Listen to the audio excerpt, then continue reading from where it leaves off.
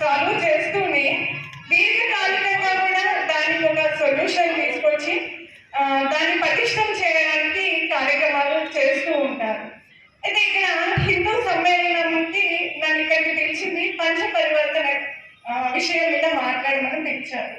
మహిళా వక్తల్ని ఎందుకు పిలవాలి, అతిథులుగా కూడా మహిళల్ని ఎందుకు పిలవాలి అంటే ఒకసారి ఆలోచిస్తే కనుక ఏ మార్పైనా కూడా కుటుంబం నుంచి రావాలి.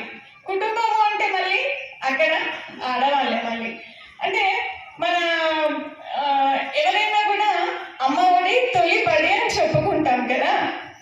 అమ్మ ఒడి తొలి బడి ఎందుకు అంటే చిన్నప్పటి నుంచి కూడా మనకి ఏదైనా సమస్య వచ్చినా ఏదైనా కూడా ఒక మంచి పని చేసినా తప్పు పని చేసినా కూడా మనం ఫస్ట్ వెళ్ళి చెప్పేది అమ్మకి మాత్రమే. అమ్మతోటే మనం పంచుకుంటాం అన్ని భావాలను కూడా. అయితే ఇక్కడ అందుకనే కాబోలు మరి మహిళల్ని పిలిచి మహిళలతో విషయాలు మాట్లాడడానికి పిలిచినట్టున్నారు వీళ్ళు.